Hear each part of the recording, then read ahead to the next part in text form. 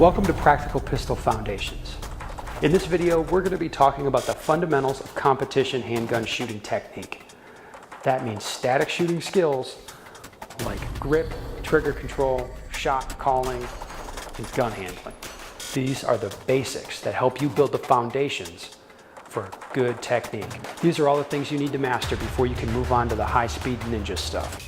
Techniques that we're going to be talking about are designed to work under pressure because the whole point of competition shooting is to do well in actual competitions. You probably have a lot of questions. Things like, what's the fastest way to draw?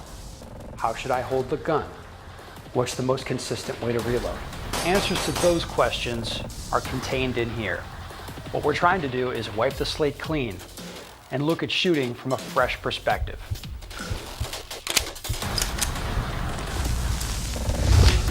Let's get started.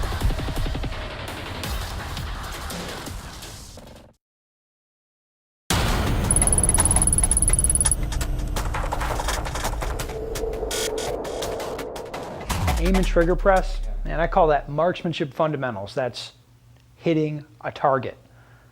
So there's no time limit. There's really no other consideration. It's hit the target. So for that, it doesn't really matter how you hold the gun. It doesn't really matter what type of gun it is. You just put the sights on the target, equal height, equal light on the sights, press the trigger straight back without anything moving, and you will hit the target. All we're talking about is putting one bullet onto a target. At its core, it's the simplest thing in the world. Line up the sights, press the trigger without anything. Actually start firing a full power handgun, the noise, the muzzle blast, and the recoil is very distracting, and this causes people to do all sorts of things that aren't helpful. People flinch when they fire the gun. They jerk the trigger. They heel, pressing the gun up right before they fire a shot. They can do any number of things that change the sight alignment just before that gun actually goes off. And due to the noise, blast, and recoil, people can't see that the sights have moved off the target, and they end up getting a miss and being a little bit confused about how that happened. The only thing that matters is lining up the sights and pressing the trigger straight back. As long as you press the trigger straight back, the shot's going to go where the sights were lined up. Fundamentally, all people need to learn to do is press the trigger with just their trigger finger, not moving their hands, not pressing the gun down, nothing like that. Just move one finger. The most common problem when people are simply trying to hit a target is a right-handed shooter will press the gun low and to the left as they tense up their whole right hand when they're trying to fire the gun. Another common issue is people will get the sights lined up onto a target, like so, and then become very, very focused on the sight alignment. And then as soon as they get the sights where they feel like they want them, they press the trigger as fast as they can. And then can oftentimes move the gun a little bit off target. All of it's really simple, right? Sights, put the sights in the target, and press the trigger without anything moving, but it's all the other nonsense that you do in matches is a problem. Running around, getting your heart rate up, people wanting to hold the gun really hard to try and control the recoil. I mean, what you have to do, you have to hold the gun as hard as you can to hold it in place so you can shoot quickly, but then that makes it really tough to move this one finger by itself. So fundamentally, it's really simple to hit targets. It's easy. You just sights, then press the trigger, but it's all this other stuff in competition that you do around it is what makes it challenging to hit stuff. And that's why you go to major matches and see really good shooters missing targets at close range, at medium range, I mean, especially at long range. People shoot a lot of misses at USPSA matches, and that's because of the speed and because of the pressure. And it's not because of that it's a fundamentally challenging thing to do to hit targets. Essentially, you train yourself to do this during dry fire because it's easy to line up the sights and press the trigger without anything moving. And if anything moves, now I'm going to see that happen. I'm going to see that happen because there's nothing else happening. There's no blast, there's no recoil, there's no noise. I can learn what it feels like to fire an accurate shot. You can take that feeling to the range and shoot and make sure that you're actually doing it properly. What's missing is all of these other things like, what do I do with my eyes? What do I do with my hands? What do I do on this type of target? What do I do on a piece of steel? And the thing to understand is, at its core, fundamentally, it doesn't matter. You have lots of choices. And we're going to talk about those choices, later on as we come to them, but fundamentally it doesn't make any difference. You can line up the sights any way you want. You can hold the gun any way you want, and you can hit targets as long as there's no time limit, right? You can make it work.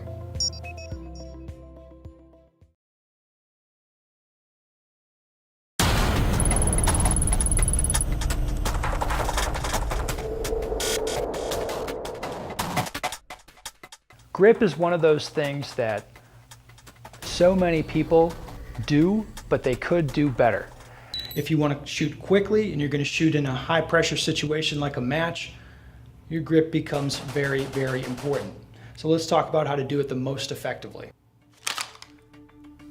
When I grip my gun, there's a few really key elements that pretty much everybody agrees on. That is, holding the gun up as high as possible. When I hold the gun down here, you can see the gun can be pushed around fairly easily. If I hold it up higher, now the gun doesn't flip around as much as I push on it. You get as high up on the thing as you can. See, my thumb is all the way up in the beaver tail, and then the top of my thumb riding on the safety. This is conventional. I don't know any credible person that disagrees with any of that. The way this gun fits me, there's plenty of space here, so I'm gonna wrap my left hand in and help out with that. So this is where things get a little more interesting. People have a lot of options here with their left hand. For me, I personally take my hands, put them together, and take my left hand and I crush like so, making a vice grip, where I like to take my fingertips here and press them against my hand. Of course, that's not possible because the gun's in the way, but this is the grip that I personally prefer. Some people like to roll up onto the trigger guard like so, kind of wrap around. And the idea here is to get up as high as possible on the gun. So if getting high up on the gun is good, then getting higher is better. So as you see here, the way I wrap around the gun here, I'm a little bit lower than if I wrap my fingers up the trigger guard. Some people, I'm not advising you do this, but some people do take the front of their finger and put that on the front of the trigger guard, getting even higher up on the gun. Having your finger up on the trigger guard, it's a very valid technique. It can work for people, but if you start changing around the pressure on this finger, that's easy to do. You see it moves the muzzle of the gun around. So for that reason, I recommend not having your finger on the front of the trigger guard, because here I can change around my hand pressure and the muzzle doesn't move around. There's quite a few people like to rotate their hand forward like so. And again, that's fine. For certain styles of frame, my hand will lay like that on the frame pretty naturally. On this particular gun, it doesn't. I think you have to find what's comfortable for you here.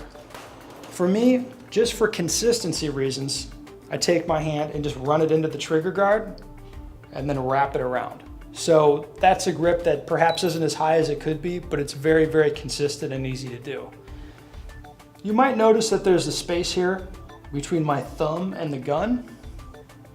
I think that's fairly normal. It's hard to put pressure into the gun with your thumb like this and have it be the same every time. So for that reason, my thumb just kind of hangs out there. It's not really doing anything.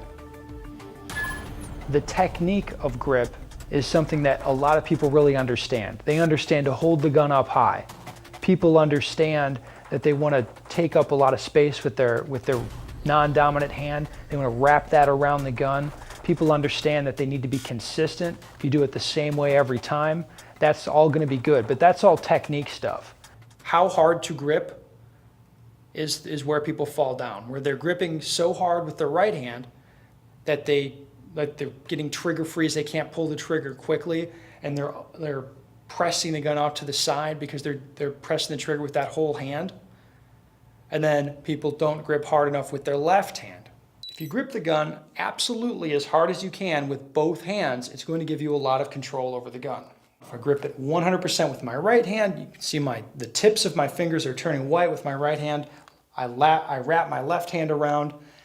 Tips of my fingers turn white. I feel there's pressure on the gun all the way around. The gun wouldn't move around much if I was to fire it like this.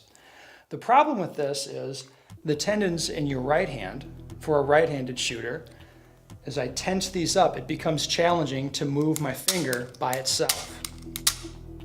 It makes it very challenging to manipulate the trigger quickly. So you have some of that sympathetic muscle tension as I tense up my whole hand.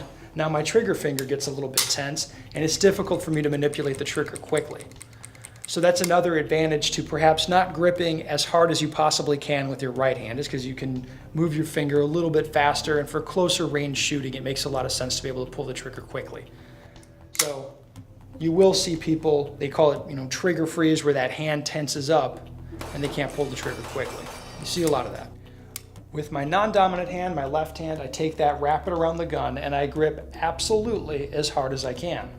It's physically uncomfortable as people are learning to do that, how hard you can grip the gun and get advantage from it. With a looser, weak hand grip on the gun, you will see a right-handed shooter pushing the gun to the left as they're shooting quickly. To give you an idea of how hard I grip, oftentimes the skin comes off my strong hand as I'm holding the gun. I'll actually draw blood on my strong hand because I'm gripping as hard as I possibly can with my weak hand. The gun doesn't move around a lot, it doesn't flip that much. The sights return to the same spot much more quickly. And as an added bonus, should I press the trigger a little bit sideways, or maybe even jerk the trigger somewhat, the gun's not going to move around as much because I'm gripping the gun so hard with my left hand that it's difficult for the gun to move off target. It can still move off target if I jerk the trigger, but not nearly as badly as it otherwise would. The most common advice I hear is for people to put the pad of their finger on the trigger. The advantage of this is that this is a very sensitive part of your finger. You can feel your finger's exact placement and feel the pressure on the trigger really easily. So that's a way that you get really good feedback. For me personally, I go much deeper into the trigger, all the way to the first knuckle of my finger, and I get a lot of leverage on the gun this way. I don't have as much sensitivity, but it doesn't really matter if you have good feel of the trigger. What matters is that you press it straight back. So when I have a lot of leverage on the trigger with my finger up here to the first knuckle, I'm able to move the trigger easily to the rear because I just have so much mechanical advantage on it. I wonder how many people have actually gone out to the range, aimed into the backstop, and fired shots, just experimenting with their grip, just seeing how the sights track, seeing how they can manipulate things, seeing how things can change if they grip harder, grip softer, change around their hand placement. I think it's really important to do those things. You can just point your gun off into a berm and fire it and see how the sights track, see how they recover. See if you're pressing the gun sideways with your strong hand and the gun's moving around. You can especially firm up that weak hand grip it as hard as you can, and experience the gun moving a lot less. So what I like to see is the tips of my fingers turning white. I like to see the strong hand, the gun, and my weak hand moving together as a unit. One thing you do see very often is somebody's holding the gun with their strong hand, and the gun and their strong hand move together, and then their left hand's just here kind of hanging out. And that's a really big indicator that that person's not gripping the gun hard enough. But then the critical thing is that you go and do dry fire and you train yourself to get that hard grip with lots of control. You train yourself to do it every single time. So when you're doing your dry fire, you can't be slacking off on your grip tension. It has to be really tight. One thing I like to do is I make sure that I use a grip enhancer, like Liquid Grip, Pro Grip. There's a tennis branded one called Prince. Any one of those things makes it so much easier to get a consistent grip. It keeps your hands drier. It just makes life a lot easier when it comes to gripping. If you don't use one of those things, I strongly recommend you try. If you use a grip enhancing product like that, I use it every time I live fire and every time I dry fire. That's really important. Use it all the time.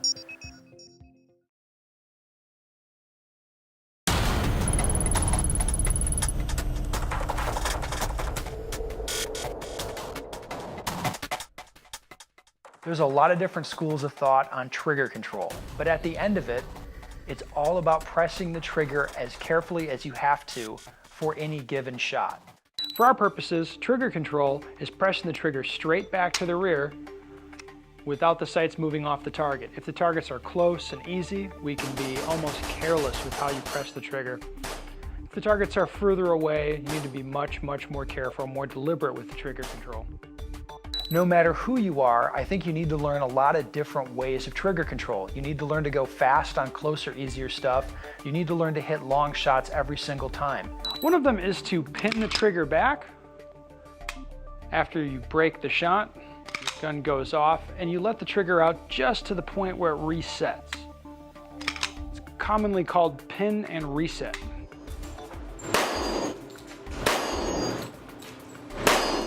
Another technique that's often used is prep and press.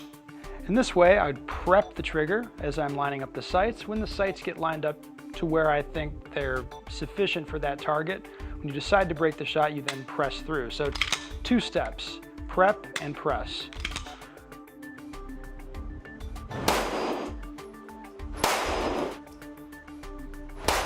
Still another method is trigger slapping. Trigger slapping is having your finger come all the way off the trigger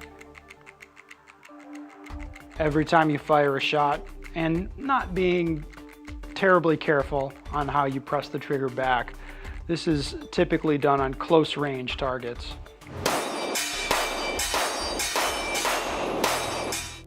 Problems that people are going to have that are trigger control related is they're going to push the gun to the side as they're pressing the trigger. They'll press the gun down as they press the trigger. They'll do any number of things that are not pressing the trigger straight back and just letting the gun go off. Typically, people don't have much of a problem going really fast on close targets. Sometimes it is challenging for people to go fast, and usually that is solved by relaxing their hand a little bit and learning what it feels like to press the trigger really quickly. If it helps you to conceptualize it as pin and reset or prep and press or some other way, then that's great. You need to do what works for you. So no matter which one of those you're doing, the whole point of that is that you need to be as careful as you need to be for any given shot. So if the target's really close range, you don't need to be that careful. If the target's further away, you need to be extremely gentle almost with how you press the trigger. I would say, to cut right down to it, yeah, strictly adhering to any one of those techniques doesn't make any sense. If you think about it, as soon as the gun goes off, it doesn't matter what you do at that point. As soon as the gun's gone off, it's cycling, it doesn't matter. You can let your finger all the way off, you can keep your finger on, you can let the trigger out just to the point of resetting. You could not do that. It doesn't make any difference. For me, I don't need to worry about any of those different schools of thought. I just worry about how carefully I press the trigger for any given shot. What matters is that you hit long stuff and you go fast on close stuff. That's all that really matters.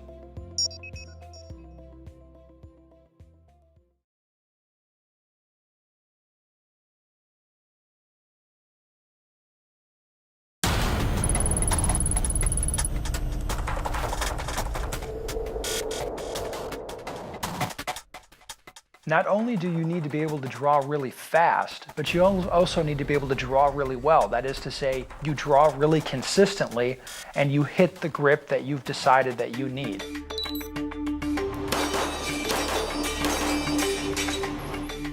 You may have previously learned a 3, 4, or 5 position draw. I use a very simple 2 position draw.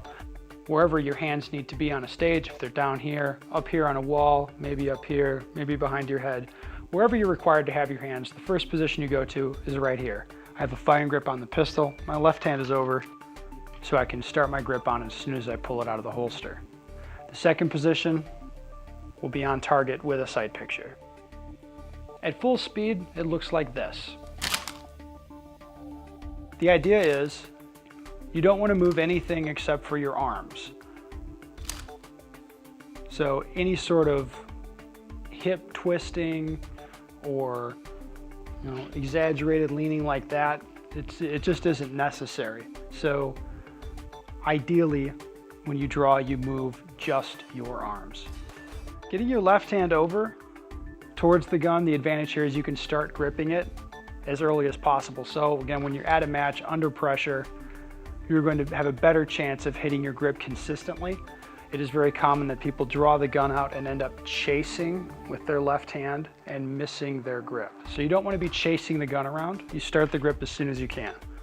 I think it's really important to remember when you're doing complicated tasks like drawing or reloading is you just stay relaxed, both mentally and physically. Your body's going to be able to move a lot more quickly and precisely if you stay relaxed. If you tense up, mistakes are a lot more likely. There's a lot of mistakes that people commonly make when they draw the pistol, where they don't take the most direct route out to the target. They draw the pistol like so and go up over the target and back down. That's commonly called fishing. Extending the pistol fully and then bring it up to the target, that's commonly known as bowling. If you want an idea of the optimal path from the holster out to the target, you can draw your pistol, aim it at a target, and without moving anything except for your arms, put the gun back in the holster. So you get a really good sense of the proper path from holster out to the target. Every single time you draw, you want to hit your grip. When you're at home practicing, you can make marks on your hands with a Sharpie to give you some reference point. That's going to help you make sure that you're hitting your grip when you're drawing. There's a few places where people commonly lose time drawing from the holster. The first place is reacting to the beep. So you immediately want to react to a start beep and go and get your grip on the handgun. Another place people commonly lose time is in the holster. So as soon as my hand makes contact with the gun, I'm going to go ahead and pull it from the holster. There's no need to push down on the holster to grip the gun extra good. The whole point is establishing an index point on that gun. Right, so as soon as you feel that the gun comes out, you don't grind the gun into the holster, push down, don't put any pressure into it. That wastes a couple tenths of a second. You can just, as soon as you feel your thumb on that index point, the gun comes out. It doesn't matter what type of gun you use, you can just establish an index point on it. So for competition, your draw is measured by the time from the start beep to your first shot. As part of that, you're going to have to aim at whatever target it is, and over aiming or under aiming, that is spending more time than necessary aiming, or spending no time at all aiming at a target that it would require some time to refine your sight picture on. Both of those will be problems. If you draw and you spend half an hour aiming at a target that it isn't necessary to spend that long aiming at and then press the trigger, that's going to give you a very slow draw time. And some people, of course, just whip the gun out and fire a shot without aiming hardly at all. And that doesn't work very well either. So many shooters are obsessed with speed when it comes to drawing, and I'll admit, it's great to be able to whip a fast draw out in practice. I think if you go to matches and you see what people actually do under match pressure, you see that the draw times are much, much slower. So really think about how fast you can go consistently in your practice, and then you go to a match and you will be fast.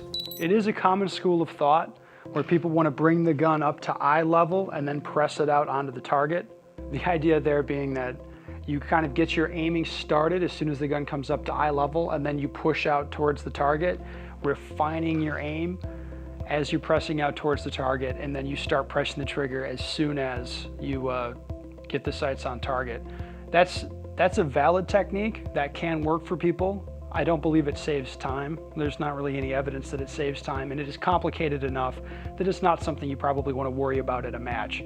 Just draw the gun, put it on target, and then press the trigger.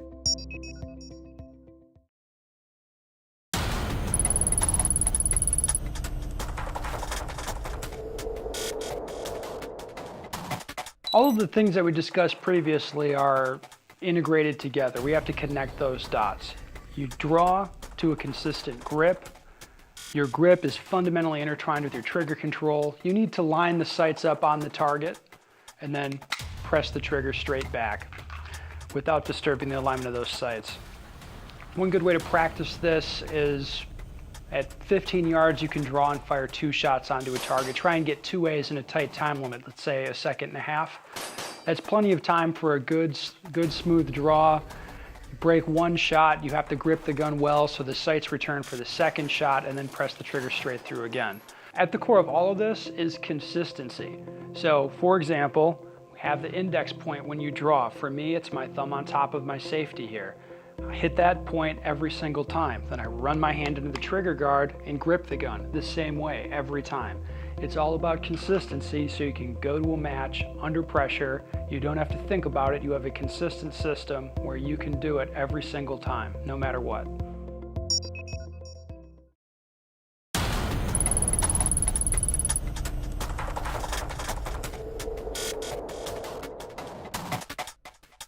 Let's talk about shooting stance. Now, stance is important for a number of reasons. In my opinion, for competition shooting, we're worried about mobility, stability, and comfort. Commonly when people talk about stance, it's about recoil control. It's about leaning into the gun enough that the gun's not going to push you around. I think that's a pretty simple thing to do. As long as you have your shoulders in front of your hips, like a slight forward weight bias, that's going to be plenty. The gun's not going to push you around a whole lot. What is important is being able to move around quickly. I think about stance like a platform. You use your platform to move you around the stage quickly and to keep yourself in a position where you can aggressively and efficiently engage targets while you're under pressure. In order to be mobile, you need to set yourself up wide and get your weight down low. So from this position, I'm nice and comfortable, I'm stable, and I can move around quickly. The real problem is, as there starts being obstructions on stages, walls, maybe barricades, you need to lean around, any number of problems, you need to stay as close to this ideal stance as possible. So from this position, I can lean around things really easily. I can move where I need to go. I just need to stay as close to this as I can. Forward weight bias, low, wide, and stable, squared up to the targets I'm intending to shoot. A lot of times people stand up tall, they're off balance all the time, and it just makes things really difficult. The problem comes with mobility. So if I want to leave this position, it's difficult, it's slow to step out of this position, or maybe I have to push a leg out and then push where I want to go. It makes more sense, it's simpler and easier. Just start off nice and wide in an athletic stance. All right, so standing like so with my feet really close together, I'm maybe comfortable, but I'm not terribly stable. Go ahead and push on me, Keto. Push a little harder.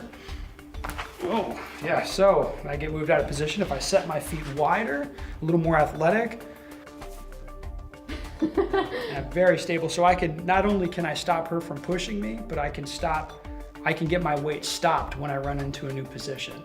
So when you start getting on stages, it becomes difficult to actually execute this stuff because you line up like this, and then there's a target over here, and then you need to run over there, and people end up getting really jacked up. So you see a lot of problems on stages where people end up off balance, out of position, and they're in a position they can't move out of easily. So when it comes to stance, get low, get wide, get a little bit aggressive, and be ready to move around. So it shouldn't take you too long to figure out how you want your feet to get set when you're moving around on stages. But the problem is doing enough repetition. So that's a great thing to do in dry fire at home. If you have some space, maybe you have a basement, you can set up targets and practice moving around and check yourself to make sure every time you move, you get set up in a nice wide athletic stance. You build that habit up in dry fire, then when you go out to the range, you won't have to think about it as much.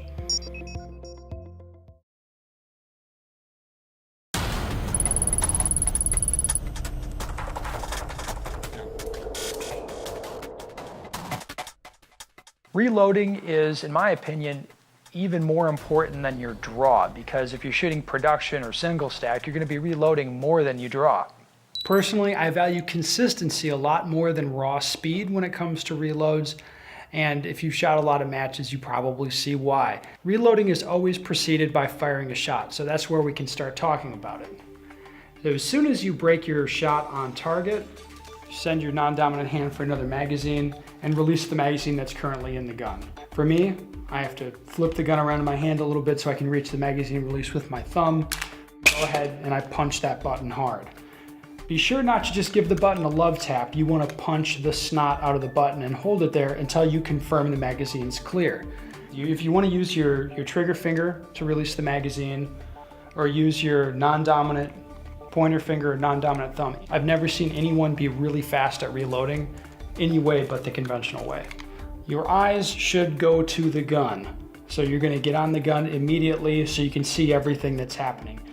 You'd see if the slides lock back, for example, indicating the gun's out of ammunition. Maybe there's a malfunction with the gun. It'd be nice to know about it as soon as possible. And you're also gonna see everything that's happening. So you're gonna see the magazine come out of the gun. You want to be able to snap in a reload while you're moving from one spot to another spot. You want to be able to do it really consistently so you don't even have to worry about it on stages. Drawing a fresh magazine from your pouches is just as important to be consistent there as it is when you draw your gun out of your holster. So I come down here. For me, I have an index point set where I feel the base pad inside my hand. As soon as I feel that, I know, okay, I've got the magazine. Now I can pull the magazine out of the pouch. Grip the magazine as close to the same way as you can every single time. Typically, for most people, the easiest way is you're gonna be the base pad in the palm of your hand with your finger laying across the front. The advantages to this is you have that index point established with the base pad in your hand. You have your finger laid across the front of the magazine, so you have the nice index point established on the magazine. You can feel the magazine into the gun just as much as you can see it go into the gun. And then once the magazine goes in the gun, you'll be able to seat it using the base pad. Things start to get interesting when you look at how to position the gun for the reload. So I think the weight of opinion right now is that you're gonna hold the gun up high so you can see everything that's happening with the gun. I personally prefer to hold the gun lower. I feel like you're more consistent and it's easier if you hold the gun lower down and perhaps closer to your body than what most people do. The idea of holding the gun up high is it's gonna minimize movement with the gun and you can see everything that's happening much more easily.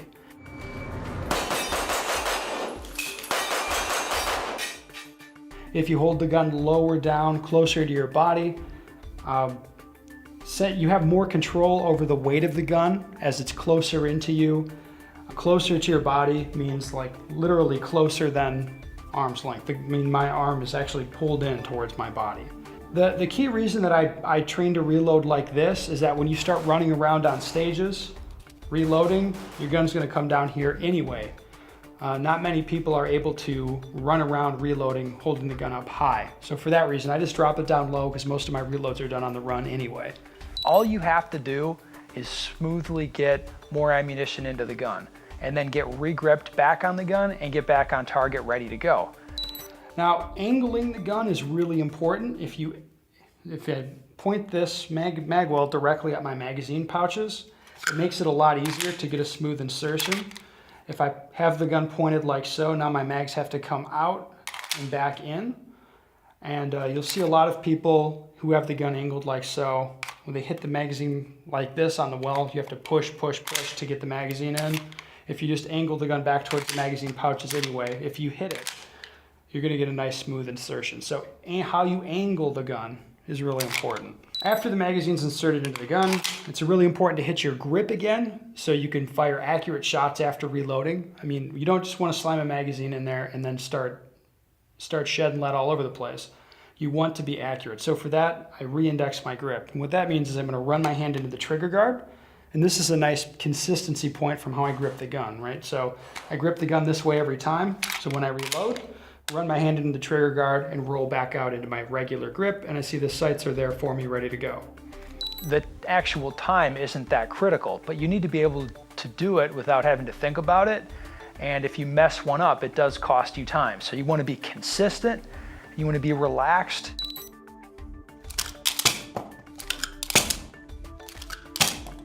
If you notice during this whole process, my gun in my right hand is only moving like this. This is all the more movement there is. You don't need to do any other sort of nonsense to get the magazine out of the gun. If your gun is empty, oftentimes this will not be planned, but you don't really change anything. So you're gonna look at what's happening with the gun. You're gonna see, hey, my gun's not working. It looks like it's out of ammunition. You go ahead, you pull up a magazine, seat it, so nothing changes at this point. But now, once the magazine's seated, that's where things are a little different. For me, I'm gonna look to the slide stop, go ahead and push that down with my thumb, chamber around, and then come back up on target, and I can start shooting at that point.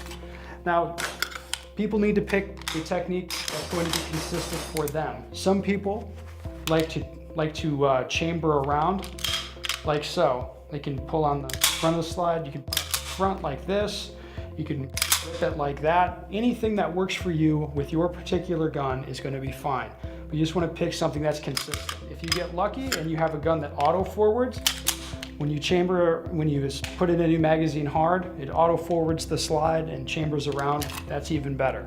Using the slide stop is the fastest technique.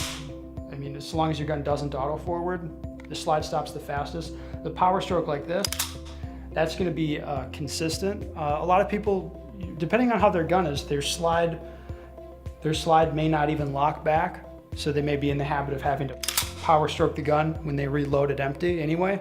So it just depends on your situation, your scenario, what you need to do, depending on the type of gun you have. If you make a mistake when you're reloading, sometimes the best thing you can do is just bail out on that magazine, let it go, take the next magazine off your belt and start over. Insert the next magazine off your belt into your gun and keep going. So the critical steps here with reloading are releasing the magazine, bringing a gun back to a pretty consistent spot. Again, you're going to be running around, so you can't count on it being 100% consistent, and then bringing the magazine up to the gun quickly.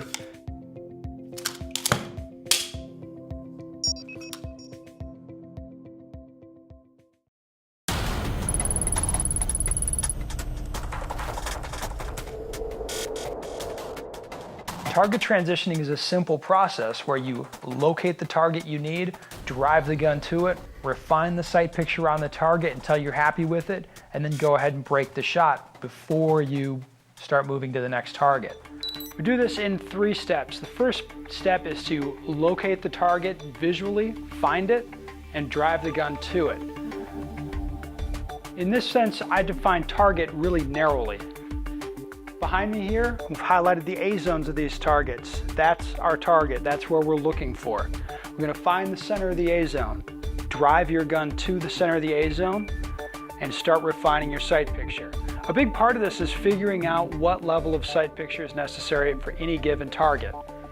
Close range, it might be appropriate for you to focus on the target, not even get a hard front sight focus, but instead keep your focus on the target, let the sights remain blurry, and use that blurry sight picture to align on the target. You might just use a fiber optic front sight, and as soon as you see your fiber on the target, you might be able to start firing. For longer shots, behind me here, the small steel circle, we might want to get a hard front sight focus, make sure that the sight picture is about as perfect as we can get it, equal height, equal light, optical focus on the front sight so you can see exactly the position of that sight, and at that point, then start breaking the shot. A lot of times on long, difficult shots, people push over to the target and they start firing before they get their sight picture refined to the acceptable level. Or if people are shooting typically close range targets, they want to get going to the next target before they're done shooting the target they're on. There's a lot of mistakes that happen with target transitions. One of the more common ones, and it seems sort of silly, is that people don't actually aim at the correct spot on the target.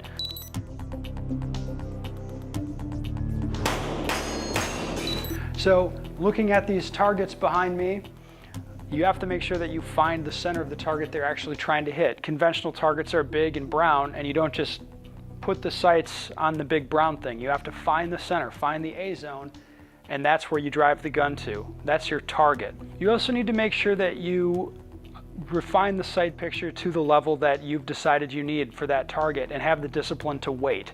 For longer shots especially, many people don't wait to actually get the sight picture that they've decided they need. They'll just go ahead and fire way too early without aiming the gun properly. Another very common mistake that you'll see on target transitions is where you start the transition too early.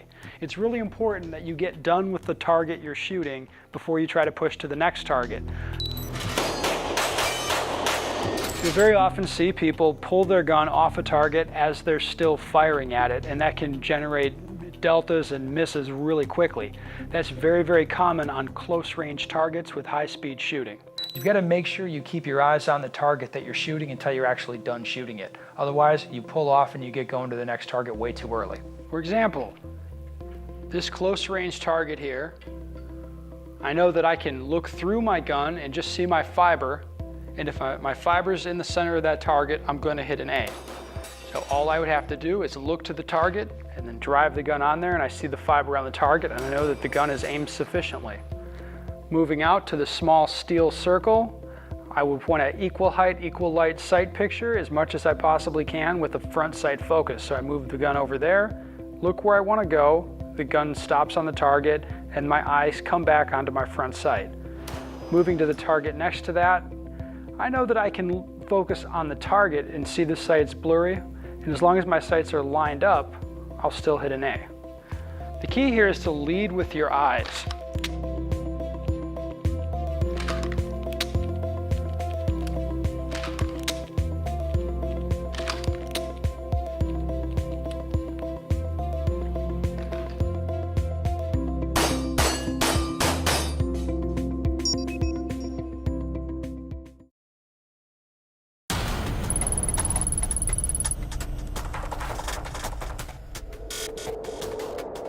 When you're shooting strong and weak hand only, there's really not much you can do to get past the feeling of awkwardness, or you're gonna feel like you have a lot less control. Fundamentally, nothing changes from your regular shooting, but losing the support of one of your hands makes things a little awkward and a little difficult.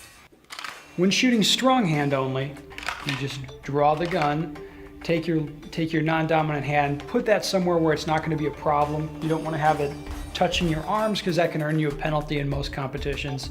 But you could take it, just put it somewhere out of the way where it's not going to be swinging around, potentially causing problems, and go ahead and aim at the targets. The biggest problem with this is that all your support needs to come from one hand. So it makes a lot of sense to grip harder with one hand. So instead of not worrying about gripping very hard with your dominant hand as you normally would shooting freestyle, here you can grip as hard as possible with this one hand. The advantage is it's going to give you a lot more control over the gun when you grip down harder. The disadvantage is you might get some sympathetic response from your fingers. If you grip as hard as you can with your hand, it makes it difficult to move the trigger finger by itself. With one hand on the gun, you're still not going to be able to shoot fast enough. That trigger speed's really going to be an issue, so you may as well grip harder, get as much control as you can. Just pay attention to that very carefully to make sure that you're not introducing some sympathetic muscle movement when you try and move your trigger finger, where you end up squeezing the trigger with your whole hand. In any case, shooting with just one hand feels awkward. It feels different. It feels like the gun's flopping around in front of you just because you're not used to shooting with so little control on the gun. You feel the gun goes off, and then you think, hey, that gun's moving around a whole lot, so I'm gonna grip really hard. And then that ends up sympathetically meaning you jerk the trigger because you're trying to combat the recoil. And that's just something you need to get used to, shooting with one hand and feeling how the gun flops around more, and then making sure that you're not sympathetically pressing the trigger with your whole hand. When you're shooting one-handed, there's not much you can do to get around the feeling of not having much control over the gun or having it feel awkward. All you can really do is remember marksmanship fundamentals, line up the sights, press the trigger straight back. So take your non-dominant hand and just move it out of the way. You just don't want it to cause problems. If you leave it swinging at your side, it can disrupt your balance sometimes, but typically just get it up towards your body, out of the way of yourself, and then that's fine. There's a couple things that people try to do to mitigate the problems of shooting with one hand. First thing is they take the gun and they twist it in a little bit. So from this position, some people think you have a little more strength. It is more comfortable in a subjective sense for many people to twist the gun slightly. I think this is a habit you should avoid. You want to keep the gun straight up and down. This is how you zero the sights. It's not unheard of to have long-range single-handed shooting, so you don't want to be changing your point of aim or point of impact on the target. You want everything to be consistent all the time. So for that reason, I would keep the gun straight up and down when you're shooting with just one hand. Now you can adjust your stance so you blade in a little bit more towards the target. Lean into the gun a little bit more might give you a little bit more control. But again, no matter what you do, it's going to feel awkward to shoot with just one hand. Shooting with just one hand really isn't that difficult, but it's something that so few people practice regularly.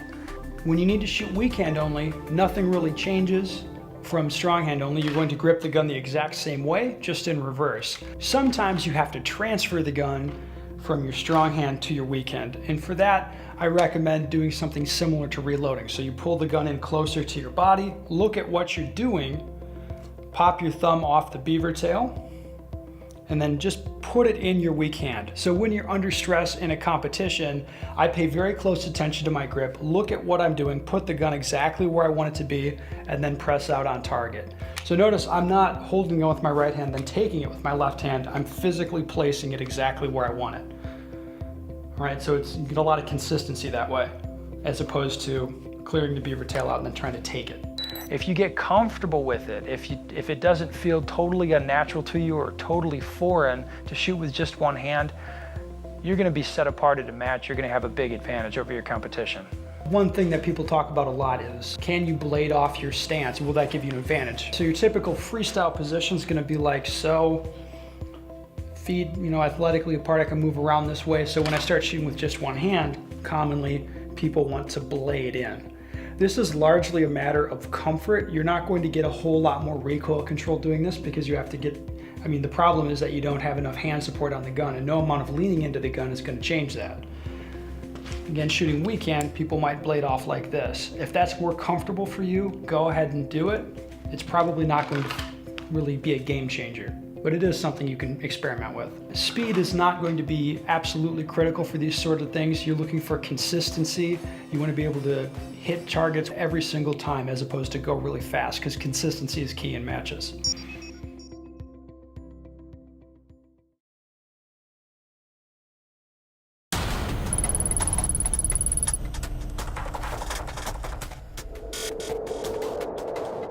Oftentimes, people get shot calling confused with being accurate. And they're very related concepts, but they're not the same.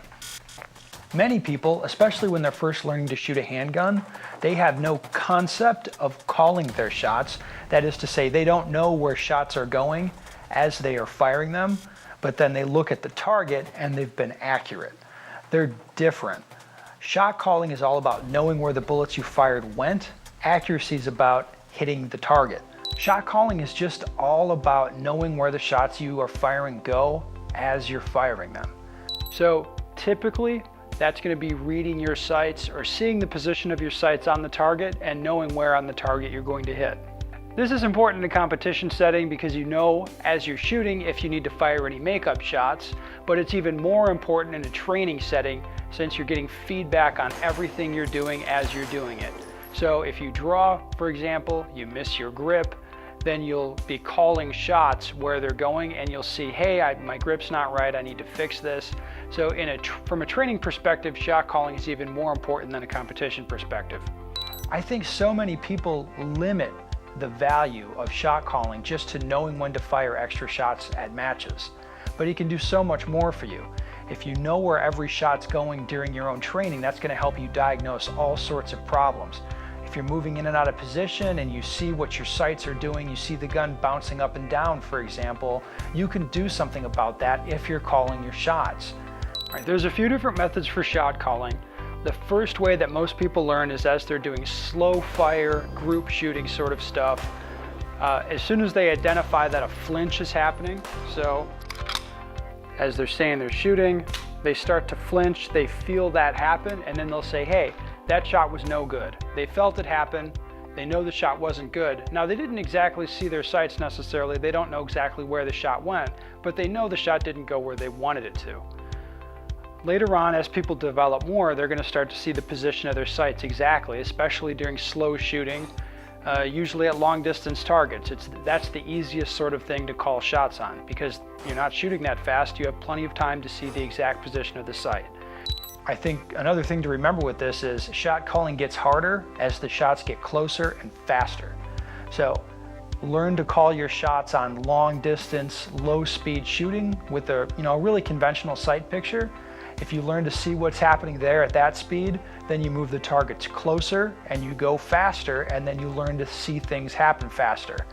At close range, high speed shooting, you might just see a blur of your fiber optic sight and have to know if that shot is in the A zone or maybe a little bit to the left or to the right of it, and you need to be able to process that information really quickly. You may be shooting 3, 4, or 5 shots a second. Yeah, shot calling isn't about seeing what's happening faster. It's all about you're going to read your sights differently. When the targets are 5 yards in front of you and you're shooting just from a blur of your fiber in front of you, then that's all you're using to aim, and that should be then all you need to see to call your shot. The idea is to see that blur and perceive that blur and to know what that's happening. So you get that through training and experience. So if you shoot close range targets really fast, aiming with the blur of your fiber, and then every string you shoot, you'll shoot a little bit, and then you walk down and you pace some targets and you see where everything went. You're thinking, oh, I saw that. I saw my fiber up like this, and and that ended up being a C, but over here I saw a blur like more towards the center, and that ended up being A's. So then you start drawing those connections in your brain. And then as you get a little bit more experience with doing that, then you have a really good idea of if you see the blur look like something, you know what that's going to mean for the target, and that's how you learn to call your shots. You don't, slow time down to, have the blur turn into a nice, sharp, crisp sight picture. It doesn't work that way. What I'd like to do now is use technology to illustrate shot calling. We've got a camera behind the gun, so you can see what I see as I call my shots. What I want you to do is watch the position of the sights very carefully. Let's start off with some sight-focused shooting. Watch the top of the front sight blade. Here it is lined up, more or less equal height, equal light. Did you see it? We'll change focus to the target, and we can see that the hit is there, more or less in the center of the target. Let's try watching that again in slow motion. Watch the position of the front sight. You can see it's a good sight picture. Equal height, equal light. I'll mark the position of the front sight when the gun lifts up in recoil. There it was. And now as we scroll forward to where the target comes into focus, you can see that the mark from the sight position lines up exactly with where the bullet hit the target.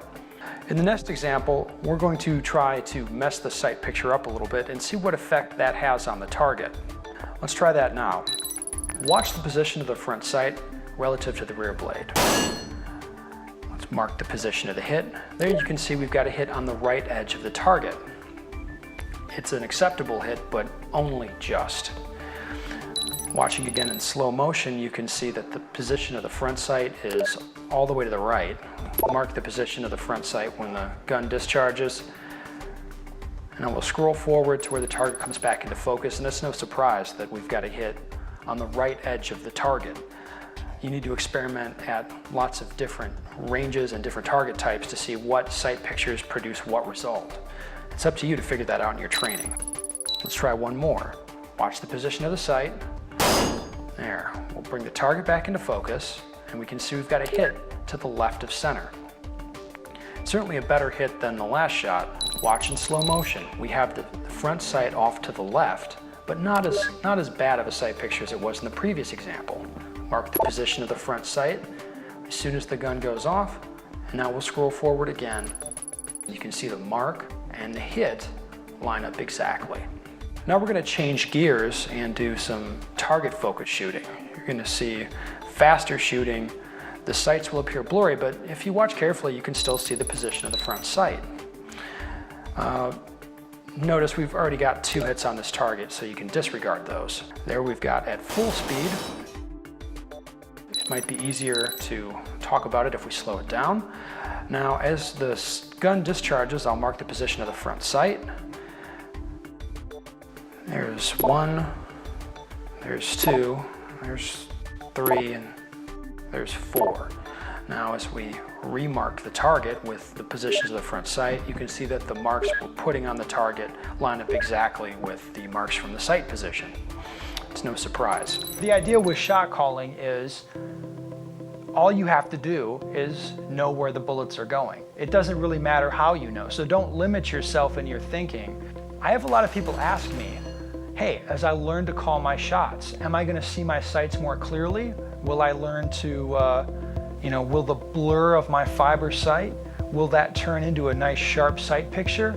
And the truth is, it won't. What you see now is pretty much what you're always going to see. It's just you're going to learn to read it. You're going to learn what it means.